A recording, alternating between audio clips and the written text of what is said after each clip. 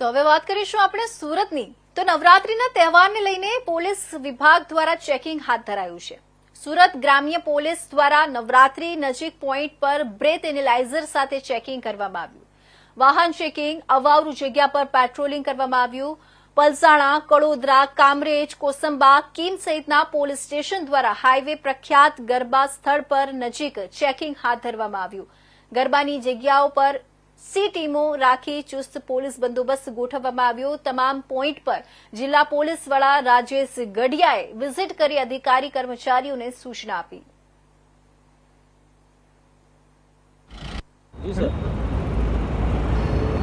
સુરત ગ્રામ્ય જિલ્લામાં જે પોલીસ ચેકિંગની કાર્યવાહી ચાલી રહી છે એમાં ખાસ સુરત ગ્રામ્યના નાગરિકોને જણાવવાનું કે આજથી શરૂ થતા નવરાત્રિના ઉત્સવને નાગરિકો શાંતિથી આનંદ ઉલ્લાસથી ઉજવી શકે, પરિવાર સાથે ઉજવી શકે, આનંદભેર પોતે સ્મૂથલી આવી જઈ શકે એ પ્રકારની તમામ વ્યવસ્થા જિલ્લા પોલીસ દ્વારા કરવામાં આવેલી છે।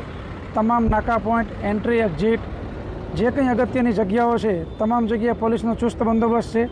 અમારી જે પીસીઆર વેન્સ છે એ પણ એના જે લોકેશન્સ છે ત્યાં 24 કલાક ઊભી રહેશે।